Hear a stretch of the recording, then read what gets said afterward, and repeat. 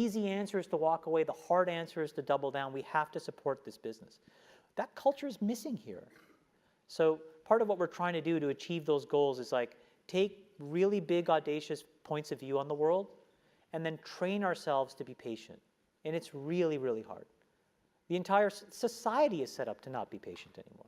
And I'm hearing also a conflict with this like fail fast and learn mentality where if you're taking a deep and big bet, like you want it to be the right one, how do you know when that's true? I think that fail fast approach works in consumer internet businesses, but I don't think it works for anything that really matters.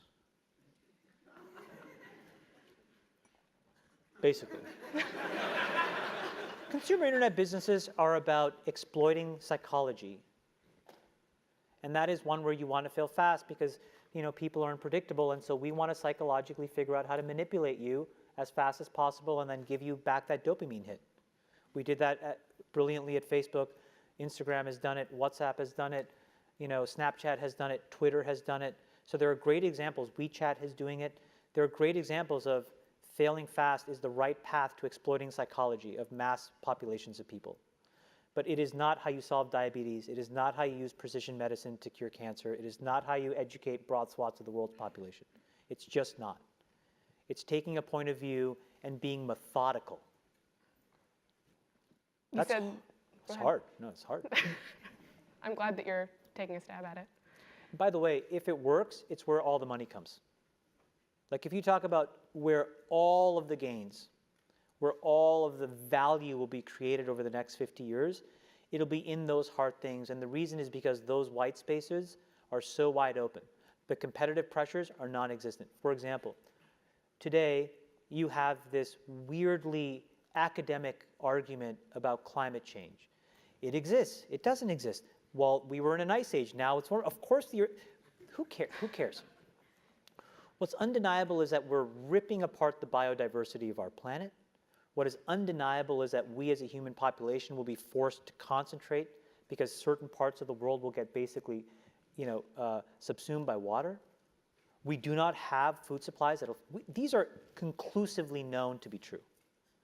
Yet nobody's really working on a problem. And part of it is because the people won't have the ambition to try to go after it. The capital markets don't reward that kind of decision making. But if somebody were to solve it, don't you think that they are, in economic terms, a multi-trillionaire? Of course. You think food delivery is where like the next great fucking breakthrough is going to come? You're all hopped up on fucking marijuana and you need a fucking brownie at midnight. Like, what a joke. And go and look through Crunchbase and all the shitty, useless, idiotic companies that have gotten funded doing garbage like that versus climate change. Think about that. Think about that. Think about that when you guys eventually find your partner, your significant other, your husband, your wife, you get married, you have kids, you will not be able to hand off a planet that they can predictably live in. You will not. Your generation. And nobody is fucking doing anything about it. So the capital markets are just completely out of their minds. And so, yeah.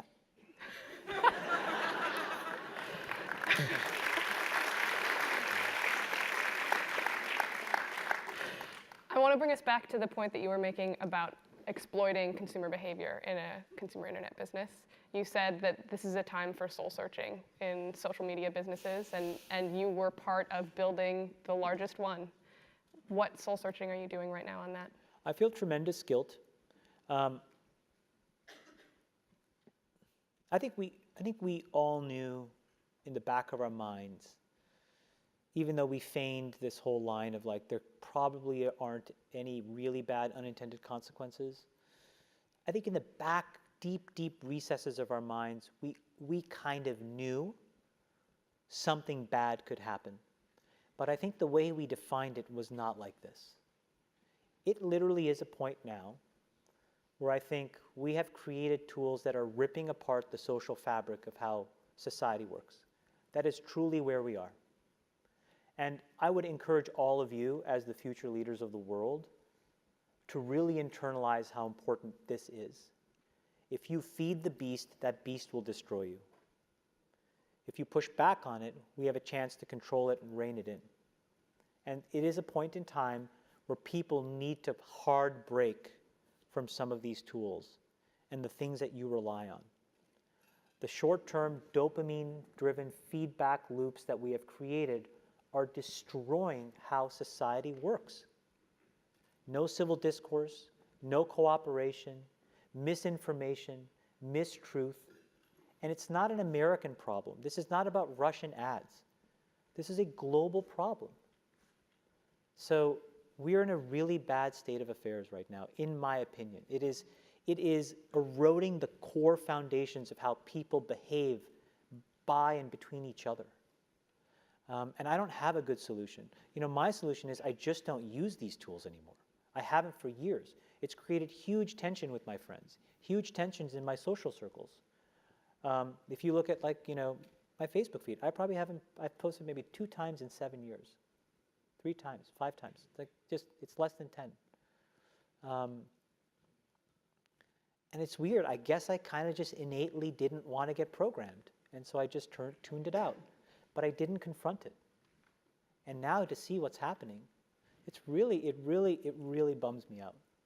Like, think about, like, there were these examples where there was a hoax in WhatsApp where in some, like, village in India, people were, like, afraid that their kids were going to get kidnapped, etc. And then there were these lynchings that happened as a result, where people were like vigilante running around. They think they found the person, and I mean, seriously? Like, that's what we're dealing with. You know, imagine, like, when you take that to the extreme, where, you know, bad actors can now manipulate large swaths of people to do anything you want. It's a really, really bad state of affairs. And we compound the problem, right? We curate our lives around this perceived sense of perfection because we get rewarded in these short-term signals, hearts, likes, thumbs up, and we conflate that with value and we conflate it with truth. And instead, what it really is fake, brittle popularity that's short-term and that leaves you even more, and admit it, vacant and empty before you did it.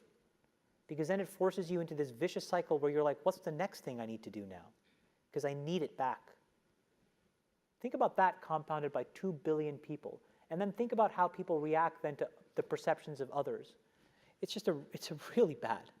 It's really, really bad. It sounds like you're taking deep personal responsibility also in being a part of it. I kind of, look, I did a great job there, and I think that business overwhelmingly does positive good in the world. Where I have decided to spend my time is to take the capital that they rewarded me with and now focus on the structural changes that I can control. I can't control that. I can control my decisions, which is I don't use this shit. I can control my kids' decisions, which is they're not allowed to use this shit. And then I can go focus on diabetes and education and climate change. And that's what I can do. But everybody else has to soul search a little bit more about what you're willing to do, because your behaviors, you don't realize it, but you are being programmed. It was unintentional, but now you got to decide how much you're willing to give up, how much of your intellectual independence. And don't think, oh yeah, not me, I'm fucking genius, I'm at Stanford. You're probably the most likely to fucking fall for it. Because you were fucking checkboxing your whole goddamn life. No offense, guys. None taken.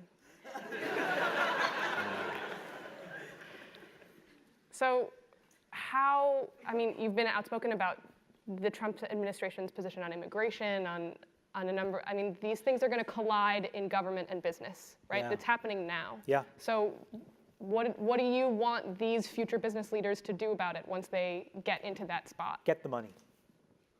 Get the money. And then let's get around a table and let's create new rules. Literally that simple. Get the fucking money. I'm serious. Do not get it. It is going to be made. It is going to be allocated. And you have a moral imperative to make sure that if you have a point of view that matters and you want to reflect it, you get it. I'm going to go get it. Other people are going to go get it. And then it will be about a competition of views. And don't wrap yourself in all this like, liberal kind of bullshit about, like, oh my God, money, blah. No, stop. Here's how the fucking world works, okay? It drives the world, for better or for worse. Economic incentives drive entire swaths of populations to behave in very, very predictable, and then when you take it away, unpredictable ways. Ask anybody in your class that's from a developing nation. Ask anybody in your class who has seen that play out from where they're from. So that's what you have to do. You got to go and get it. If you control the capital and you have a point of view, you can now, then the question is, don't be a sellout. Whatever your worldview is, you should be spending time to think about what that is, so that when you control some of these purse strings, you push that view into the world. I will never judge you, and you should not judge me for what that worldview is. But the point is, the more diversity of those views, the more rational actors we have, and the more of a balanced, fair system. That is what diversity really means to me. It doesn't mean let's manage back to a quota. It doesn't mean okay, we need a black guy, a brown guy, we need a few. That's not what it means. This is what it means. Right? There are people in this audience that have probably dealt with the same kind of life that I've dealt with. You have a very unique worldview that matters. And in the absence of capital, you're irrelevant. With capital, you're powerful. And then you decide. In small ways, in medium-sized ways, in large ways, right? It just depends on the scale of capital that you have. And so that's what's necessary now in capitalism, which is that we have to come back to what is it really?